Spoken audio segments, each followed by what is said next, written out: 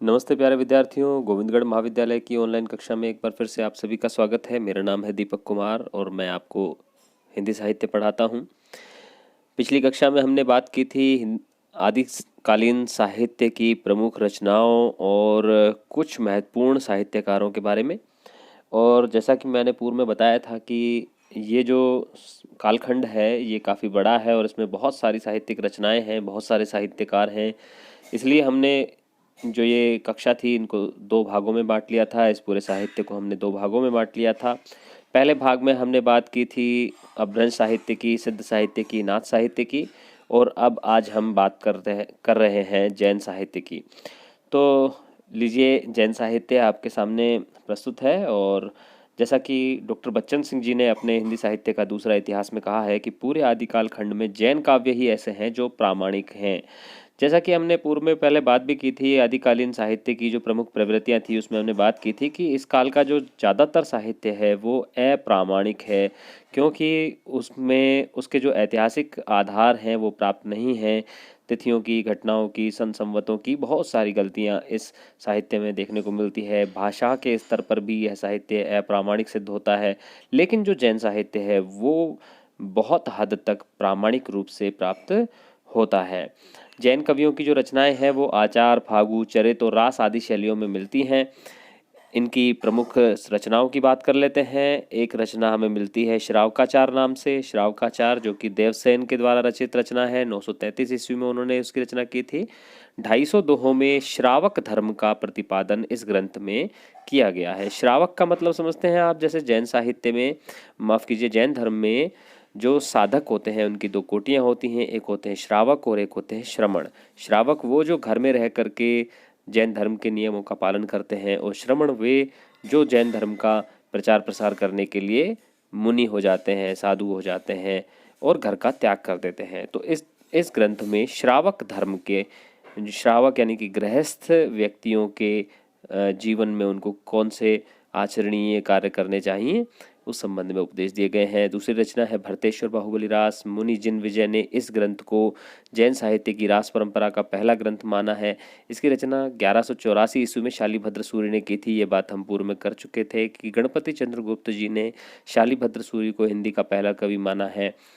इस ग्रंथ में 205 छंद हैं और ये खंड काव्य है। इसमें अयोध्या के राजा ऋषभ जनेश्वर के दो पुत्र भरत और बाहुबली राज सत्ता के लिए संघर्ष करते हैं। दोनों की वीरता का वर्णन है, युद्धों का वर्णन है, और उसके बाद विरक्ति युद्धों से और जीवन के प्रति विरक्ति का भाव, और उसके बाद मोक्ष के भाव प्रकट किए गए हैं। ये बहुत महत्वपूर्ण रचना है। चंदन बाला रास एक ग्रंथ है जिसमें 35 छंदों में 1200 ईस्वी में आसगु नाम के एक जैन कवि ने इसकी रचना जालौर में की थी। और इस रचना में चंपा के राजा दधिवाहन की पुत्री चंदनबाला की कहानी है। और चंदनबाला का अपहरण हो जाता है, लेकिन वह परिस्थितिजन्य कष्टों को झेलती हुई अपने सतीत्व पर अटल रहती है और अंत में महावीर स्वामी से दीक्षा प्राप्त करके मोक्ष को प्राप्त कर लेती है। इसके माध्यम से भी जैन धर्म के उपदेश प्रदान किए गए हैं। स्थूली भद्र रास नाम का जो एक ग्रंथ है, इसकी रचना जिन धर्म सूर्य ने की है 1209 ईस्वी में। और इसमें इन्होंने बताया है कि कोई व्यक्ति कितना भी भोग विलासी हो, लेकिन जैन धर्म की दीक्षा लेने के बाद, जैन धर्म की मान्यताओं का पालन करने के बाद वह मोक्ष पद का अधिकारी हो जाता है। नेमिनाथ रास नाम का जो ग्रंथ है उसकी रचना सुमति गणी नाम के एक आचार्य ने की है, जैन आचार्य ने किया है। इसमें 58 छंदों में नेमिनाथ जी के चरित्र का वर्णन सरस शैली में किया गया है। रेवंत गिरिरास नाम का जो ये ग्रंथ है इसकी रचना विजय सेन सूरी ने की है, और इसमें किसी जैन आचार्य के जीवन का वृतांत नहीं है, अपितु रेवंतगिरी नाम के एक महत्वपूर्ण तीर्थ स्थान जो कि जैन धर्म का तीर्थ स्थान है, उसमें जो नेमिनाथ जी की प्रतिमा है उस प्रतिमा के सौंदर्य का वर्णन इस ग्रंथ में किया गया है। अब हम बात करते हैं इस काल के सबसे महत्वपूर्ण साहित्य की, जो कि रासो साहित्य के नाम से जाना जाता है। राज्याश्रित कवि जो हुआ करते थे, चारण कवि जो हुआ करते थे, भाट जो कवि हुआ करते थे, वो अपने आश्रयदाताओं के दरबार में रहते थे और उनके पराक्रम पूर्ण चरित्र का वर्णन गाथाओं के माध्यम से किया करते थे। इसी गाथाओं की जो परंपरा है उसको रासो परंपरा कहा जाता है। यह परंपरा प्रबंध परंपरा के रूप में मिलती है। इसमें या तो खंड काव्य होते थे या महाकाव्य होते थे, कहीं कहीं हमें मुक्तक काव्य भी देखने को मिलते हैं।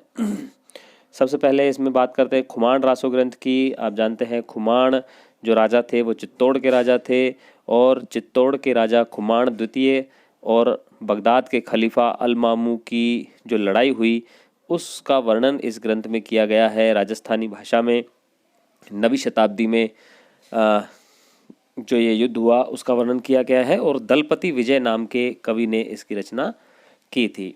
दूसरी रचना है बीसलदेव रासो। बीसलदेव रासो की रचना 1155 ईस्वी में नरपति नाल्हे नामक कवि ने की थी। इसमें 128 छंद हैं और यह एक प्रेम और श्रृंगार परक रचना है। हालांकि जो रासो ग्रंथ हैं वो वीर रसात्मक ग्रंथ हैं, लेकिन बीसलदेव रासो में वीर रसात्मक रचना, बीसलदेव रासो वीर रसात्मक रचना नहीं है, बल्कि यह एक प्रेम और श्रृंगार परक रचना है। इसमें जो नायिका है राजमती, उसका वर्णन प्रोषित पति का नायिका के रूप में किया गया है। प्रोषित पति का नायिका वह होती है जिसका पति उसे छोड़ करके विदेश चला जाता है।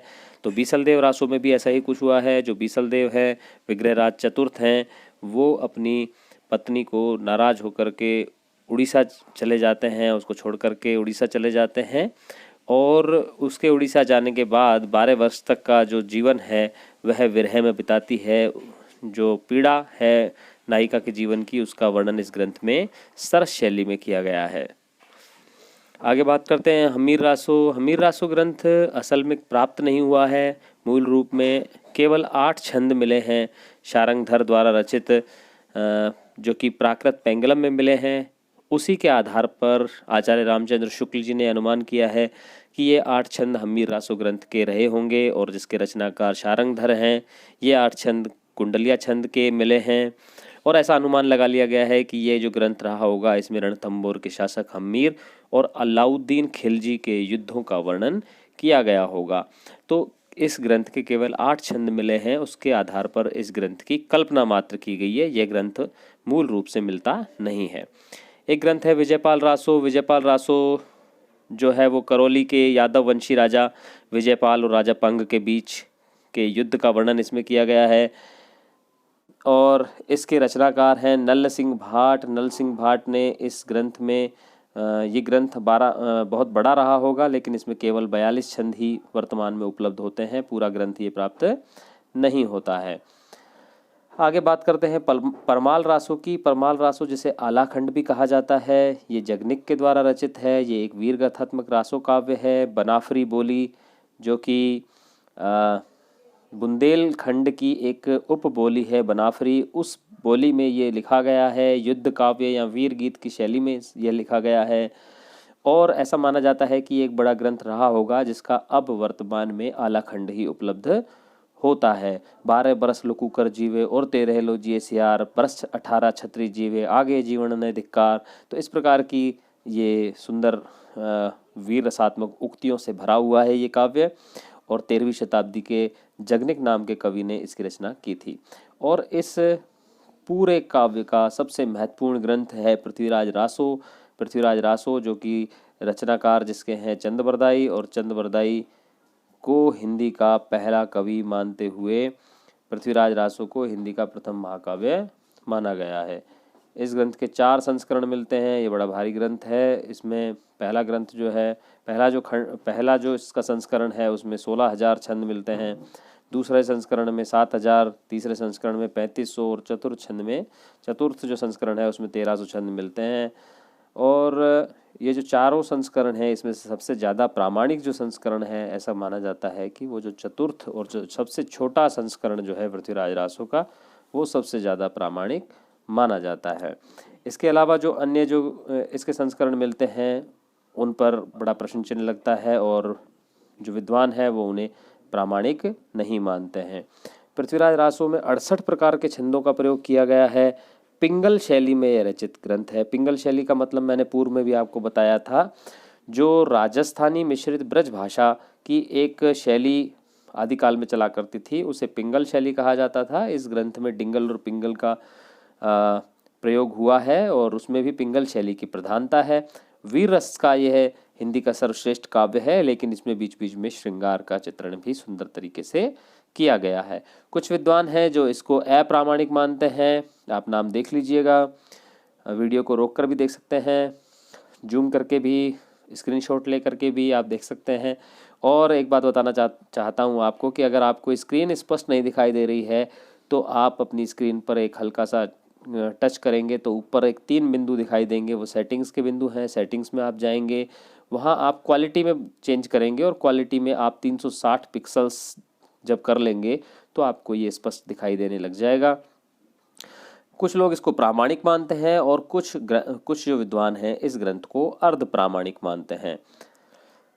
आगे चलते हैं और लौकिक साहित्य की बात करते हैं। इस काल में कुछ साहित्य ऐसा भी है जो राज्याश्रित नहीं है, जो धर्माश्रित नहीं है। अब तक जो साहित्य की हमने बात की थी, चाहे वो जैन साहित्य है, सिद्ध साहित्य, नाथ साहित्य है, वो जो साहित्य था वो था धर्माश्रित साहित्य, और रासो साहित्य जो पूरा था वो था राज्याश्रित साहित्य।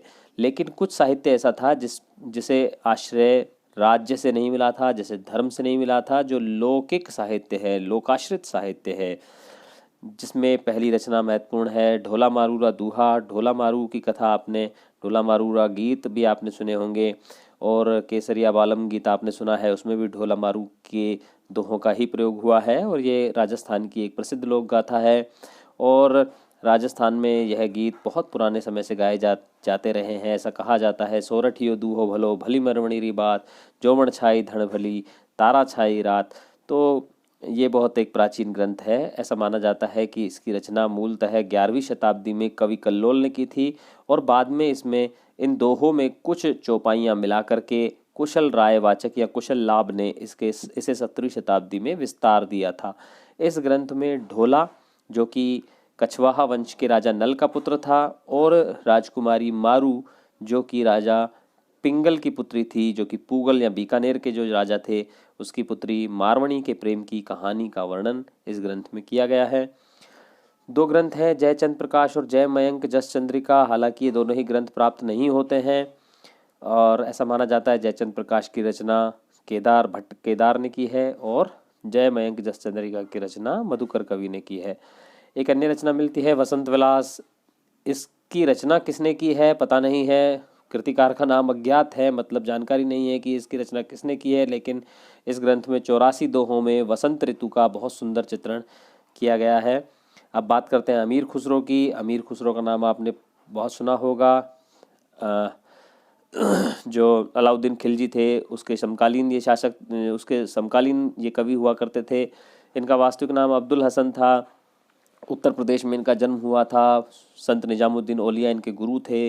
ये तूतिए हिंद कहलाते थे, और इन्होंने अपनी साहित्य में भारतीय और मुस्लिम जो संस्कृति है उसके समन्वय का अद्भुत प्रयास किया है। ये श्रेष्ठ संगीतज्ञ थे, श्रेष्ठ भाषाविद थे, श्रेष्ठ कवि थे, और एक बहुत अच्छे सेनानायक भी थे।